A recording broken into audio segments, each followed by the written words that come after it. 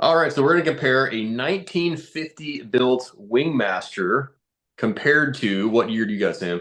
Got a 1956 Winchester Model 12. All right, so we've already recorded a more detailed breakdown of the 870 platform. So I'm just going to give you the top three things that I like about this particular shotgun to get started. So number one, I do really like the action of this particular shotgun.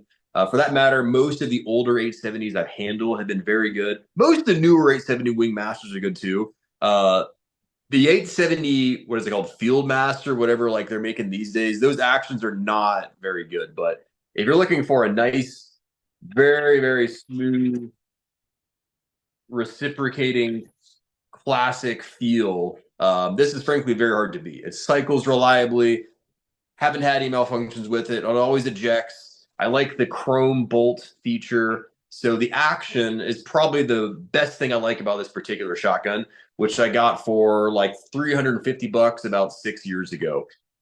The next thing I like about this particular gun is the trigger. It has no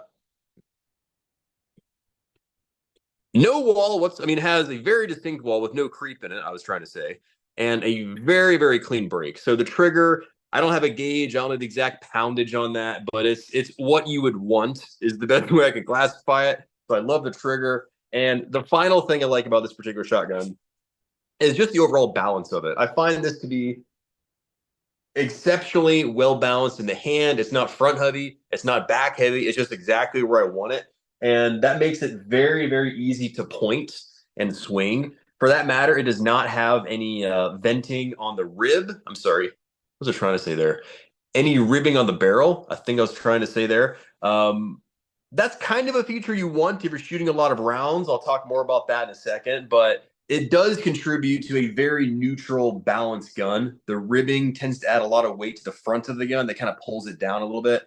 I don't personally like that. I just like having it nice and simple and clean and center balanced. So, what do you like about your particular gun? Awesome. Yeah, so like I said earlier, this is probably a gun that a lot of people are not quite as familiar with. So it's the Winchester Model 12. So the three things that I like the most about it, I think I like the action in terms of how smooth it is.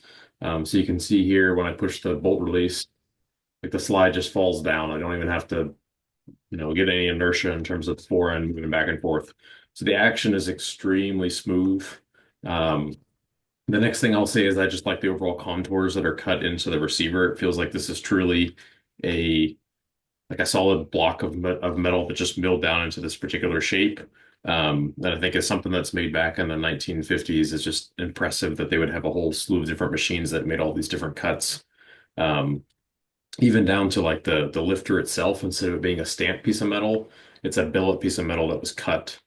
So I think it's just impressive I guess the craftsmanship that went into this particular gun. So that's really cool. Um, so yeah, I think I like the action itself in terms of how smooth it is. I would say I like the overall contours that are cut into it and the lack of cost cutting in terms of the receiver and whatnot. Um, and then I would say the other thing that I really like is just the way that it contours up to my face when I'm shouldering it. I find that it's just very natural to put my face on the stock itself and then look down and find the bead just right in the center of my vision. So I think from that standpoint, all that's really cool. Yeah, so I'll jump in and just kind of talk about the things about the 870 that I don't particularly enjoy. And number one has to be the placement of the safety. I've really kind of become averse to these safeties right next to the trigger like that. I mean, they're reliable in the sense of they're mechanically very robust. Like it just puts a bar behind the trigger. That trigger's not going anywhere. It's not going to fire if that safety's engaged. This is an extremely old 870. It's 74 years old. Safety still works. So design wise, it's fine. I just don't like the placement, especially if I'm wearing gloves. I live in the upper Midwest.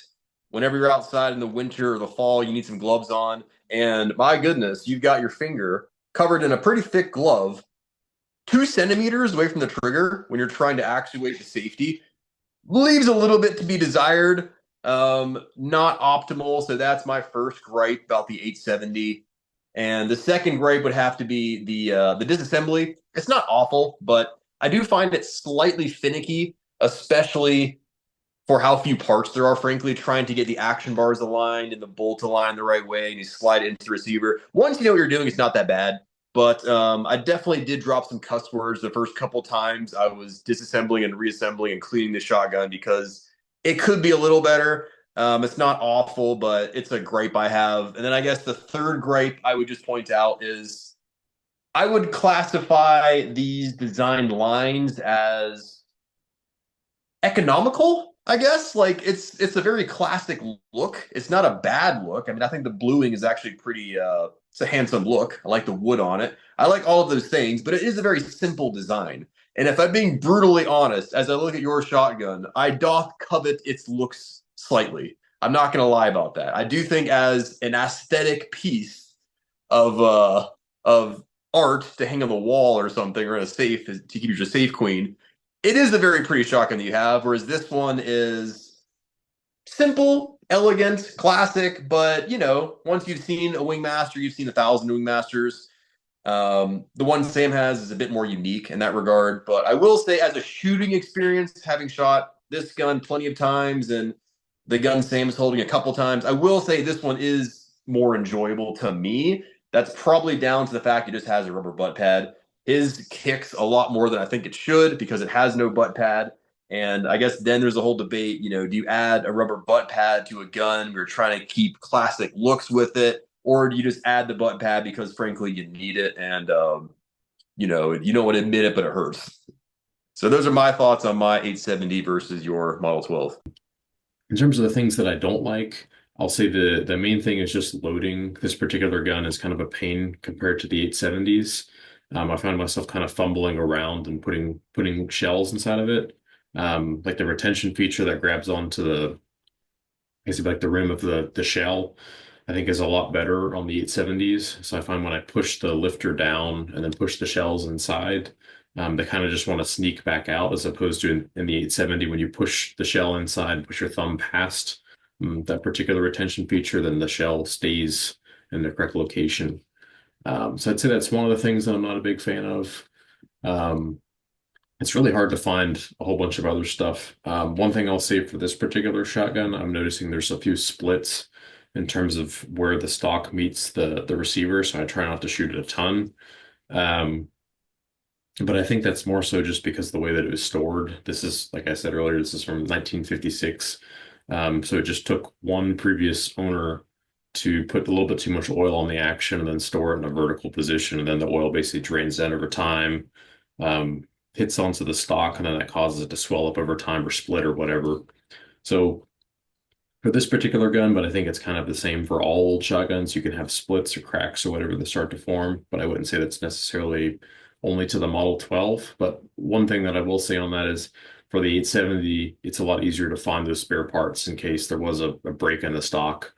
So I won't say that, this particular gun has a flaw, but I would say that it's a lot easier to find the parts for an 870 or something like that. So that is the flaw that I do have. Um, and then in terms of maybe the third issue, um, I don't know. I really don't see that there's another particular issue. Maybe the fact that it doesn't have like a butt pad. So this one just has like a plastic piece on the very back of it, and this is kind of nitpicky. You can buy aftermarket pads and fit them onto your particular stock. But a lot of the 870s you'll see they'll come with a piece of rubber on the back as opposed to just a piece of plastic like this. So if we're being real nitpicky, I would say that just the fact that it came stock with a piece of plastic on the back is probably my third nitpick.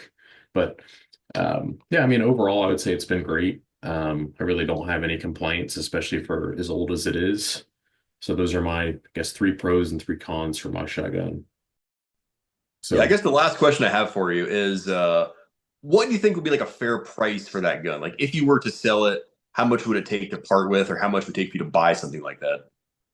yeah, so I got really lucky when I first bought this shotgun. I bought it, I want to say maybe 3 years ago now, and I paid about $500 for it. And given the condition of it, I mean, I would say it was an absolute steal. I would expect the shotgun now, if I sold it, to go for between, I don't know, 700 to 800 bucks. Um, for 700 to 800 bucks, I don't know if I would buy this shotgun. I'd probably get like a newer Wingmaster personally. But it just depends on how many other shotguns you've got. Like I was saying earlier, I think it depends on what your current collection is and if it kind of fits that niche or if you like the old manufacturing methods. But I mean, I'm very pleased with it. I think for like $600 to $500, if you could find one for similar condition to this, then I would absolutely go for it. Yeah, so I guess my closing thought just on the shotgun topic is one thing I really appreciate about shotguns, just as a class of weapon or whatever you want to use it for, is that you don't really need very many frills on it. You know, it's like once you've got a decent tube capacity and you've got a reliable mechanism, you can have those things for not much money, you know, relatively speaking. Whereas if you start talking about classic pistols like a 1911 or something, you're going to talk thousands of dollars. Whereas you can get a classic, really nice shotgun in good condition used for, let's say, between $400 and $700 in that range. You know, probably like a fraction what you would spend for a nice rifle with iron sights and all those nice features, or you know, a newer pistol or something like that. And frankly, they're just kind of fun to use. You know, I think going out and just shooting clays with your friends is, in my opinion, probably the most fun, you know, shooting sport you could do. And shotguns are approachable. You can mechanically see everything going on with them. So, from that sense, they're pretty intuitive once you've shot a couple times. And yeah, I guess that's kind of my closing thought on that. Cool. Awesome. Well, I think that's a good summary. Well, thank you guys for watching. If you guys have any questions in terms of these two shotguns or any shotguns we've shown before, feel free to leave them down in the comments. And if you guys have any video suggestions or recommendations or questions or whatever, then feel free to just drop them down below and we'll get back with you. So thank you for watching. We appreciate it. Goodbye.